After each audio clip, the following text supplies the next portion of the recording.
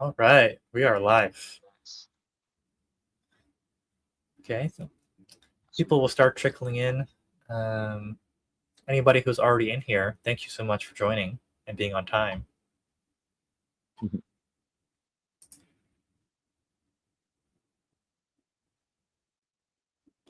So, yeah, Stefano, I think we can just get started. It's going to take, there's a little delay between when we speak and when people will see it online.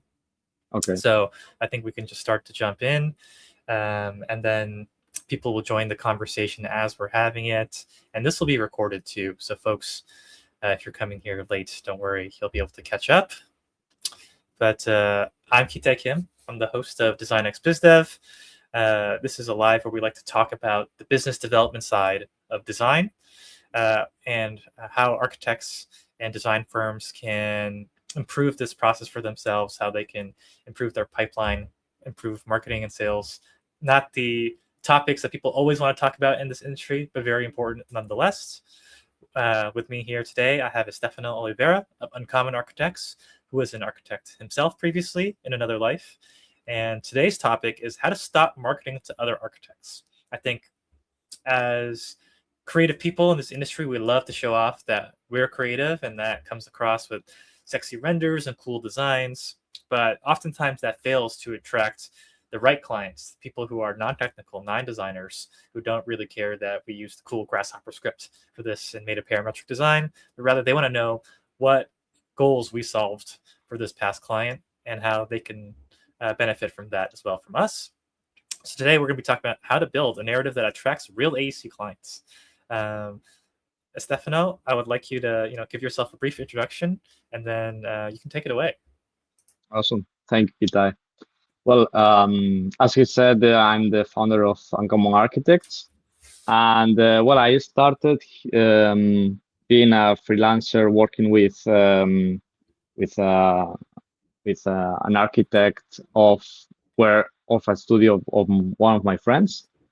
And that evolved a lot till what we have now, that it's a marketing agency, but also focused on business development. So what we do is not just the marketing or not just the strategy, but also we go further and try to understand um, what's happening in the market, what can be the most valuable clients our clients can have, and also thinking, okay, how we can connect them in a smart way with them.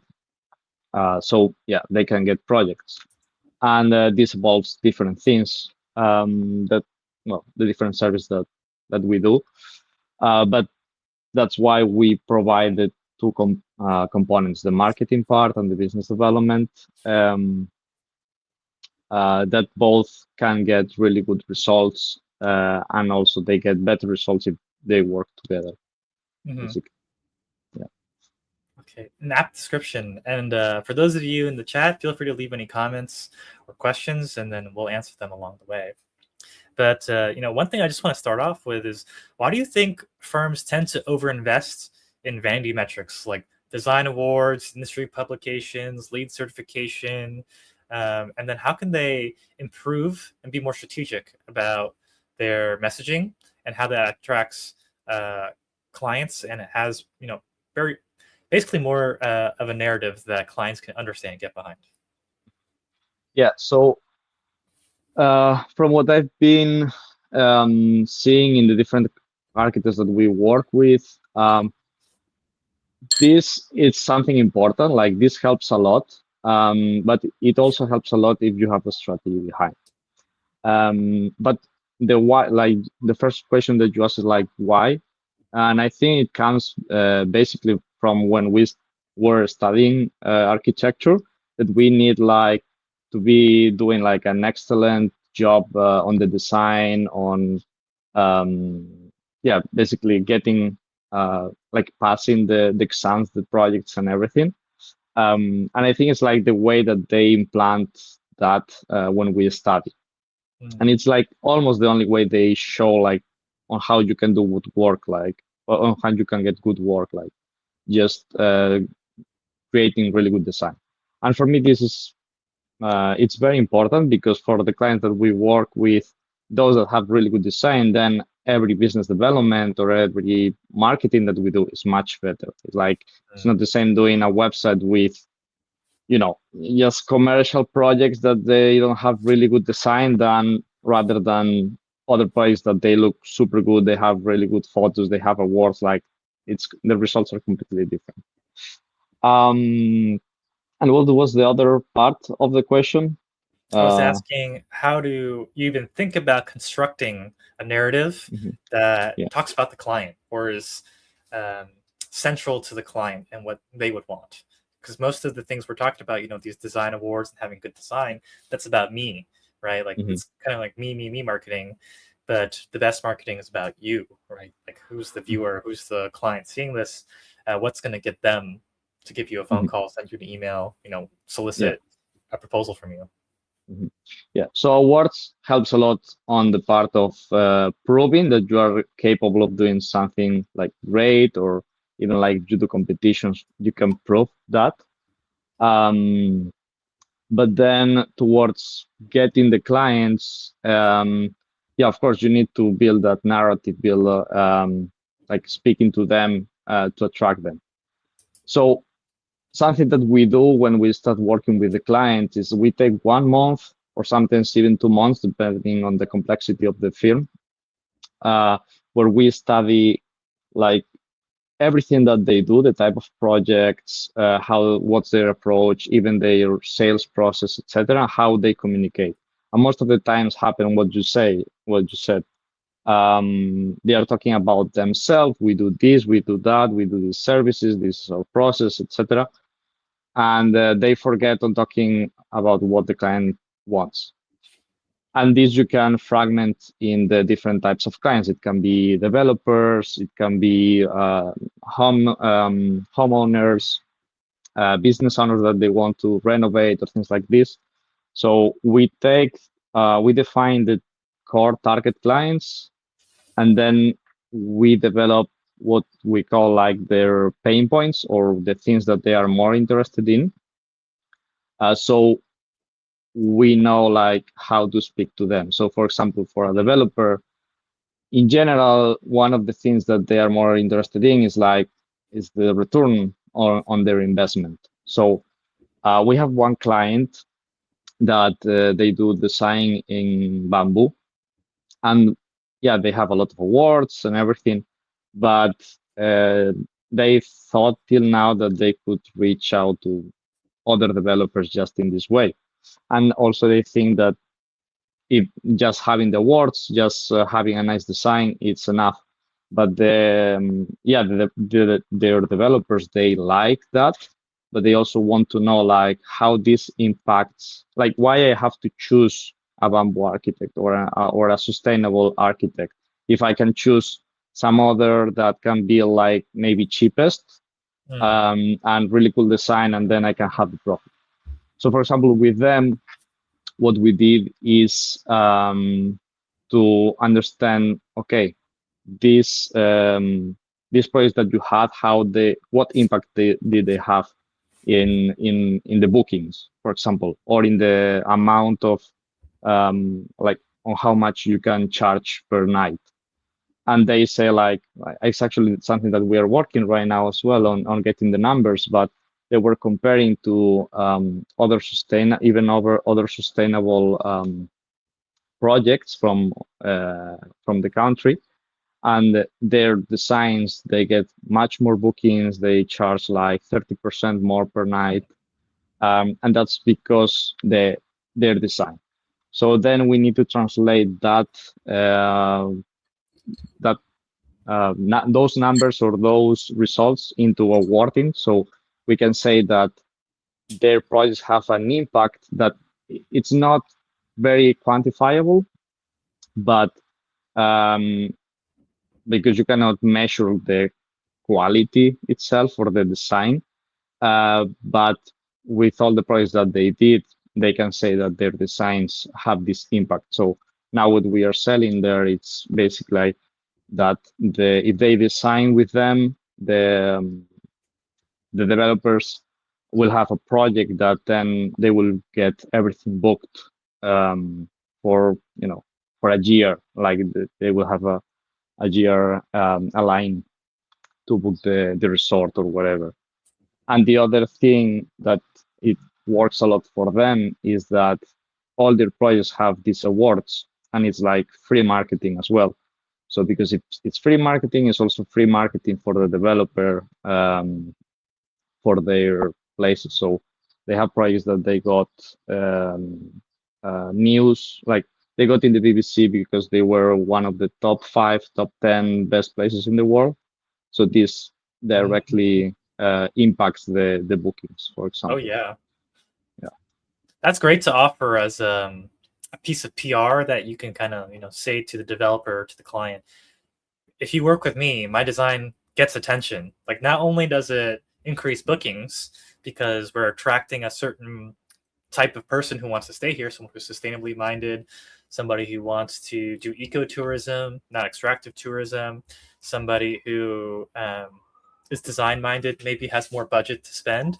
And then at the same Hmm. time, the past designs have garnered attention. That's not just an Hmm. industry award that only other architects like, but something that the BBC would publish. So I think that's these are all great reasons why that developer would hire this particular firm as opposed to somebody else. And I think that's kind of a nice segue to my next question, which is about generalist architects.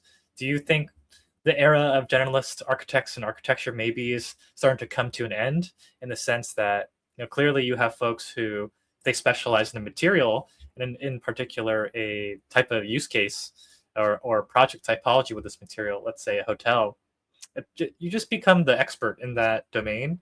And if you go after work there and a client has to pick between you, who has done 3 bamboo projects that are all hotels that have been successful, versus somebody else who might be a bigger, um, more expensive, more prestigious firm, but who hasn't done any of that, I think it's probably still a pretty easy choice to the client to go with, to say, hey, I want to go with the smaller firm who only does Hmm. this thing. Clearly, the chance of success is higher with them.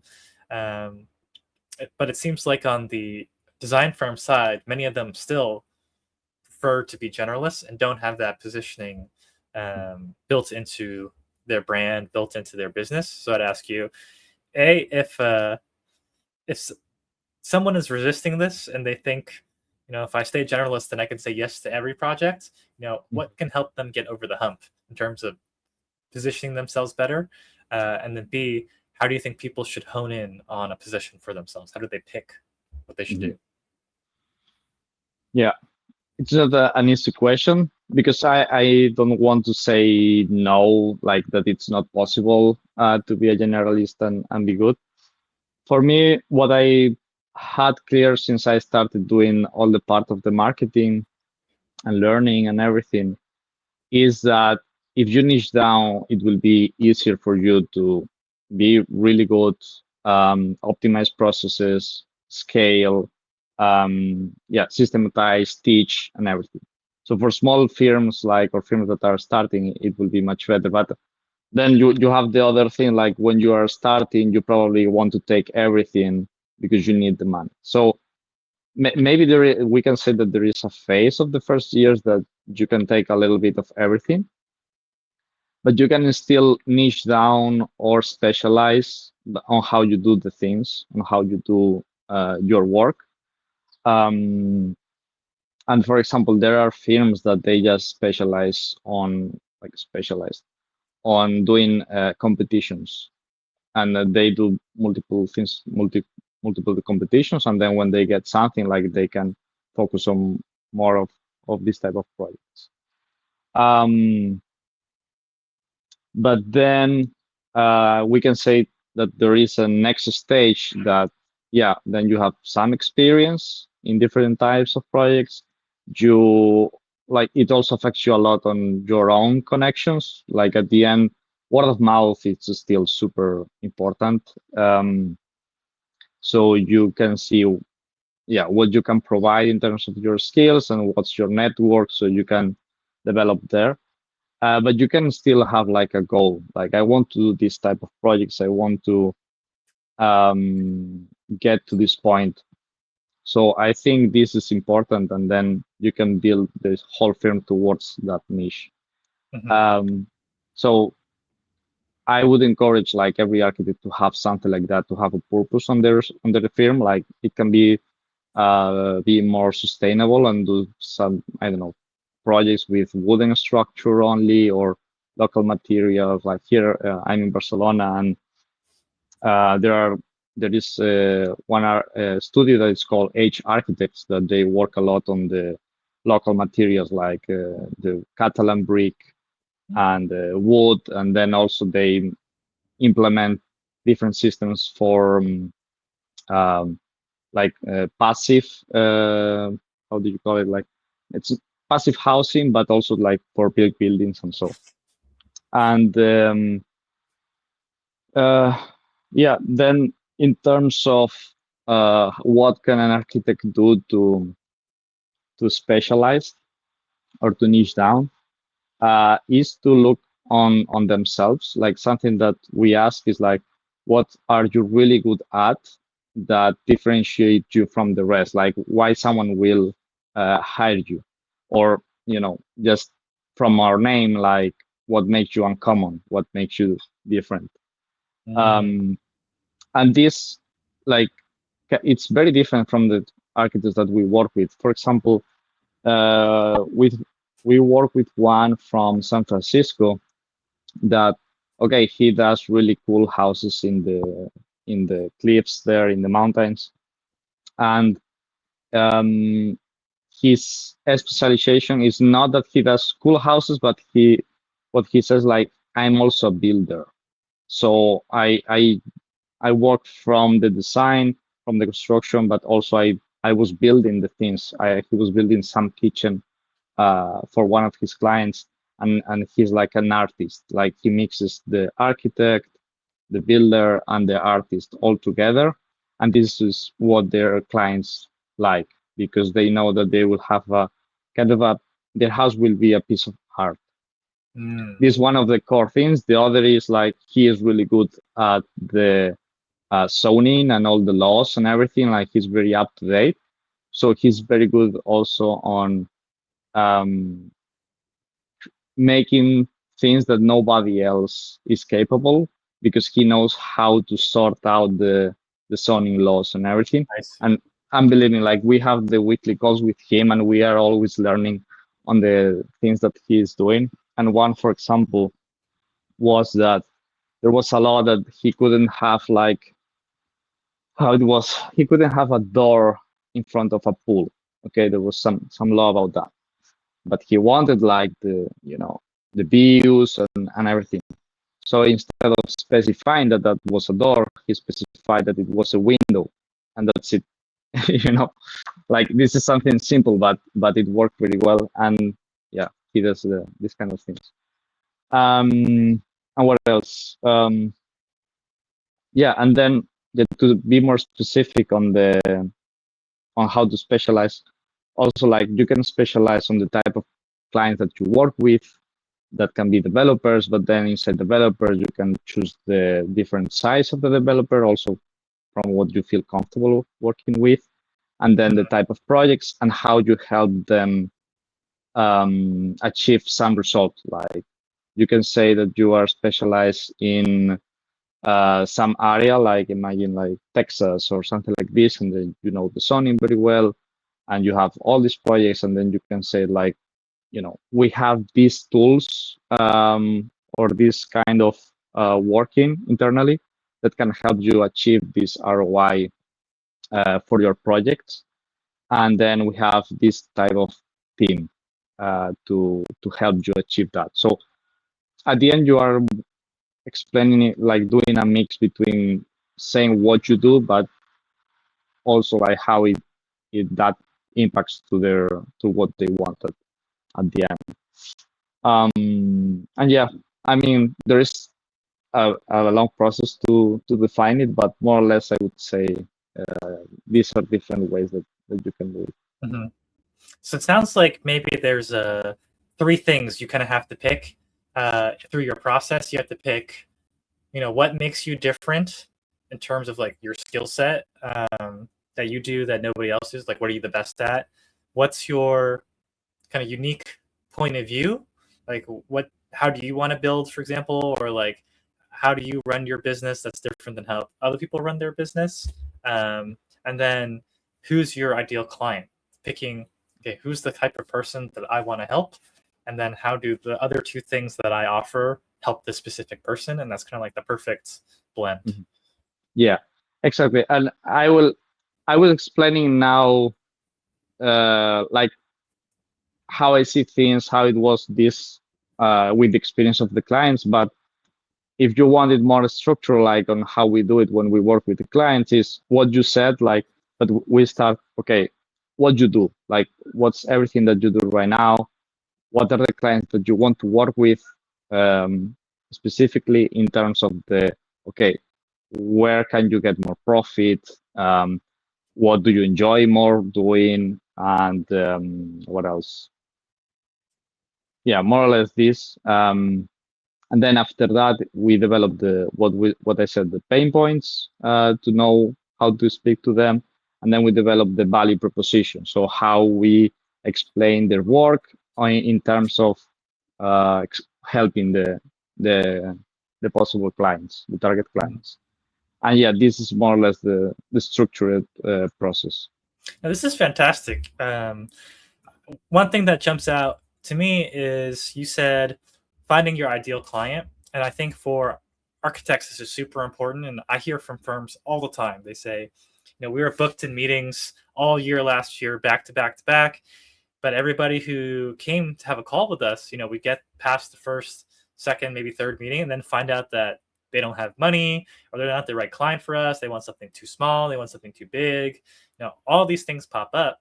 And one thing that happens when you niche down and you create a positioning for yourself about the kind of projects you like to work on, how you want to present yourself, and the kind of people you want to work with, all that stuff just goes away. Like, you don't have to go to all those meetings and waste your time anymore and feel like other people are wasting your time, because they shouldn't even sit down and have a meeting with you if they don't fulfill your specifications, right? So I think that's another thing where folks really try to figure out who your ideal clients are, and you can have multiple types. Like, let's say have 3 different archetypes of your ideal client for your different capabilities or industries or like types of projects you want to work on.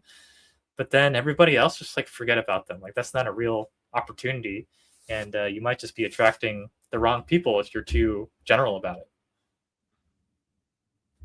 Yeah. Yeah, and the thing is, for example, this translates for everything that you do. Like, if you don't have it clear,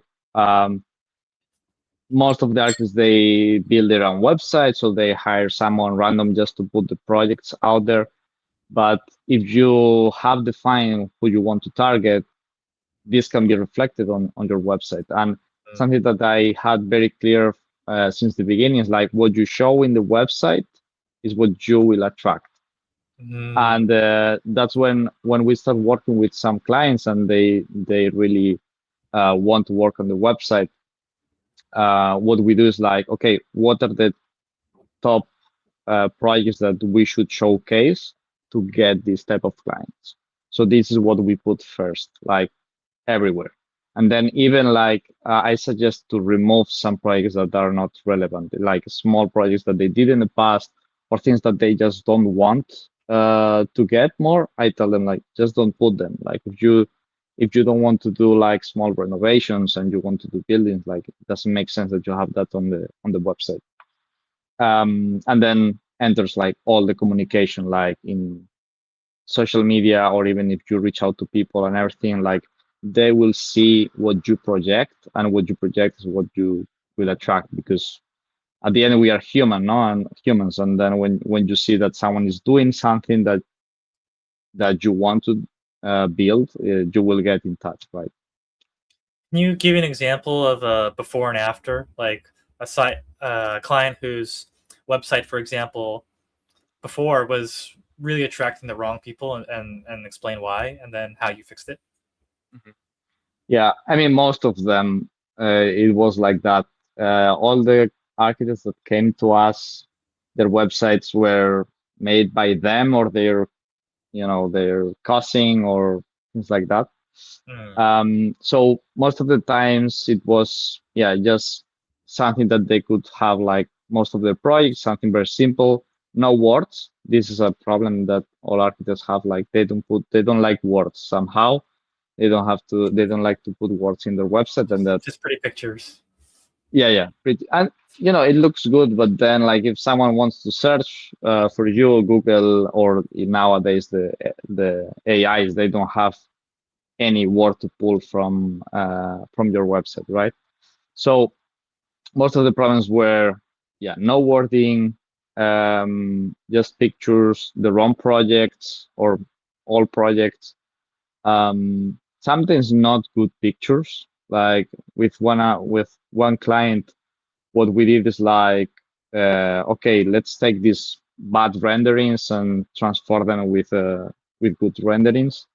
And at least like even if they were renders, the quality was much different, and the quality is perceived differently as well.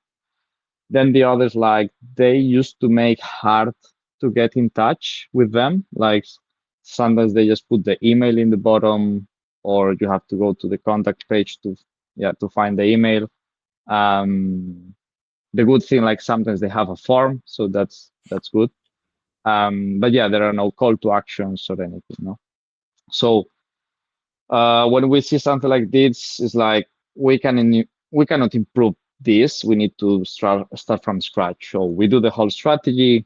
We select the projects. Sometimes we do the branding if they are able to invest on that. We always recommend to do it, because then you set up better foundations for everything, not just for the website, like for any document that you create, like branding. Before I used it, like when I started, I was thinking like branding can be secondary, but nowadays I feel like branding it's super important, not just visually, but how you tell things and how you wrap up everything. The foundation.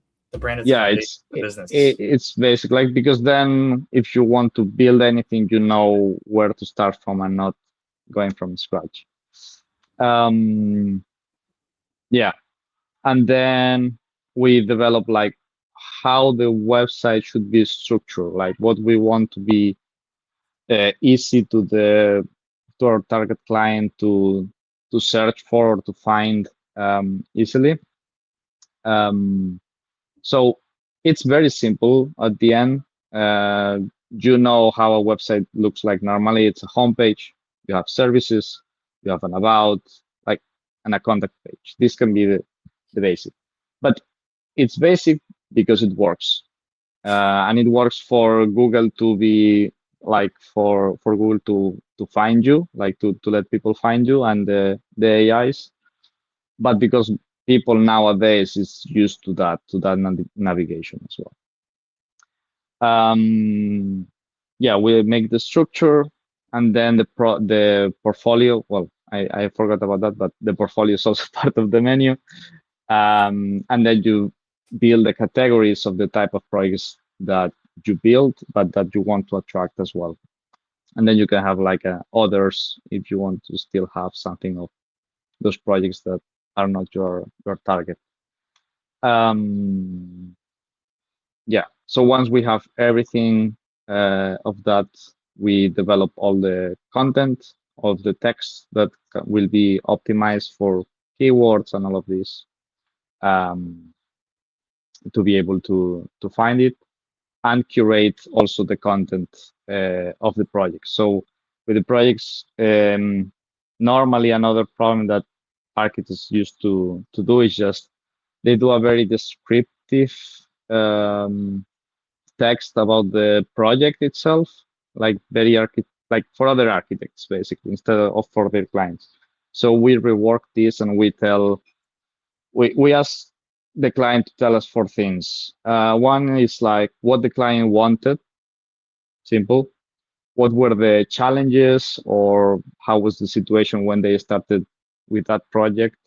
What was the approach to solve that challenge? And then what was the result? Like if what was what they thought about at the beginning, or was something different? Uh, and with that, we can develop the project, so the text of the project are much more relevant to the end user. Mhm. And yeah, and then the other part is the how the people will get in touch with you. So we use two things depending on the position, on how well the website is positioned. So if it has a lot of traffic, to kind of lower down the volume of the people that reach out, we put a scheduler. So we set up sometimes with the architect that they can have always, and then a form for that scheduler, and then the people To can book qualify it. And people. yeah, it's to qualify people basically, so they can know like what time of weight of project, what more or less what's the revenue, the location, and so. And then like that, they can say, okay, I will go to the meeting, or I will call them, or I will just reject it. And then if it's something that when they are starting out, or when they don't have traffic at the beginning, we just put the form, but also qualification form, like more or less the same, a similar one. But somehow it's a bit easier than the scheduler for the people. And then you can have still a good amount of people contacting you, but you can, yeah, uh, uh, check, like qualify them before getting in touch. And Yeah. yeah, basically that. And with the branding, wrapping up everything, plus the SEO, like all the keywords and everything that we put. Yeah, in a few months they start getting traffic and qualified traffic, because everything is targeting the right client, and they get some leads out of that. That's amazing. I mean, if you do the basics right, it just works, right? Like there's a reason why these are the basics, because they work for Mm. everybody. So, I think it's another thing to keep in mind, folks, is this is not a new thing. This is not a risk to be marketing. It's something that every solid business does. So this guy, Matus, has a question. May I ask about the use of AI in architecture? What are the use cases? How can it help? I think, yeah, Stefano, you mentioned the AI overviews. Maybe you can expand more upon how AI is helping in marketing and how architects can take advantage of that. Yeah. Okay. That's a really good topic, because I love it, and we use it internally as well. And like in the last 3 years, like how we use it is it's much more different, right?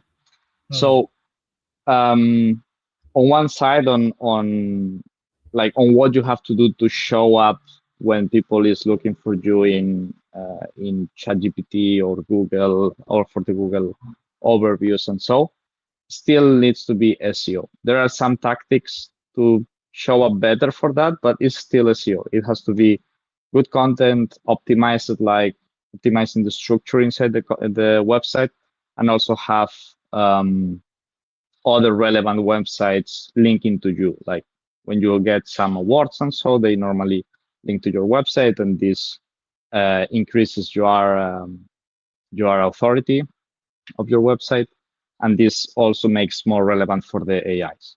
This on one side. On how to use it, um, what we do with the clients is, we do this 1-2 months of um preparation of analysis and everything, and we record everything that all the calls that we have the clients, we record them, get the transcripts, and then we build a database. So the ChatGPT, it's okay, but with Claude, it was a breakthrough for us as well Wow. on structuring everything, and so getting the transcripts, and even if you are an architect and you want to use the AI to help you, like it's good if you record yourself for whatever, like if you want to explain things and so, but it's important that it takes how you communicate things, and I will explain why. We build this database with all the data of the architects, but also with their voice style, how they speak, what words they use, what's the sentiment, and everything. And this makes everything super, like much better, because the problem is like everyone is doing the content with AI. And what happens is like normally this becomes soulless. Like it's just Generic. yeah, it's very generic. Even if you say that you did this project here or there, it can be still generic. So yeah, um, with the architect that I was talking before about like the one in California. Uh, so he has a very good way on communicating things. He always is very positive. Like he doesn't like negative talking, negative wording, but is still like serious and talks about the regulations and all of this. So yeah, we got all the transcripts, make the kind of like glossary of his vocabulary, the voice style, and you can just ask Claude like give the transcripts and ask Claude for that, and with that you can write the articles and everything. So this helped a lot to develop the whole content for the website, for the LinkedIn and so. And we felt that we did our work very well because two things. One, this website started ranking very fast, like started getting traffic very, very fast. Like in the first 3 months, we already got like 130 clicks per month, more or less. And maybe, if you compare with other industries, it's not that much, but for architecture in a specific area and with Oh, quality that's a lot. traffic, that it's a lot. Like people that are looking to build a house in San Francisco or Marin County, it's a lot. And then the other thing was the architect that told us, like when we were giving to him the article, is like, guys, this is written better than if I did it myself. So Sounds more we like felt me like, than me. yeah, yeah, exactly. He said something like that. So yeah, this I think is the point that you need to reach with the AI. And yeah, with for that, I think Claude is very good with that. If you have everything structured in a project and they have the skills, you can customize the skill for um, to tell it like use this kind of wording, use this kind of or use these documents when we develop this. And yeah, it's one thing that in uh, an architect can use it for marketing, but there are a lot of ways that an architect can use it. That's fantastic. Yeah, I mean that's pretty. I'm sure very new to most folks. A great use case, super specific, but yeah, it can just help you kind of hone your own language and understand what you do best. I think as designers, a lot of times we probably get lost in the sauce of Hmm. our own our own work, and it can be tough to view it from like an objective lens. So Hmm. that's a great use case for Claude there. Hmm. Stefano, we're basically at time, dude. Like we went over, but Yeah. I think we can have some closing remarks, and if there's one last thing that you want to leave folks with, one thing that they can do in their firm today to market better, like what is your number one recommendation? Mm. Number one recommendation. Um, I mean, of course, I would say that to try to use the AI more. Like my clients use them, but not so much. But for architects that that they want to start getting clients and they don't want to just um, uh, be waiting for referrals and so. Claude, it's very good, like to help you define what we talk today, like the target clients, and then build a list very quickly of the companies that you should target in your area, in your city, and so, and get and pull information from there that you can analyze, and then okay, I will reach out this and that. Um, and yeah, I don't know, like it's not a easy question. There are many things that they can do, but I think like related to this, like the top one is like to really define what's their goal with the business and Mm. what they should be targeting, what clients and so, and just put your goals a little bit high, not just keep the same amount of clients per year or just a little bit more next year, like really, really push high. Try to be ambitious. Yeah. Yeah, yeah, I exactly. just want to, put a cap on that and just say, guys, Estefano is giving you the playbook. Like you can use Claude to help you distill basically who you are, looking at your past projects, put your website in, ask it, what is the common thread between all of my work? And also ask you like, who's the right client for me? You can go ahead and start doing this and at least get yourself to a baseline. That's probably better than most folks because most folks are not doing this.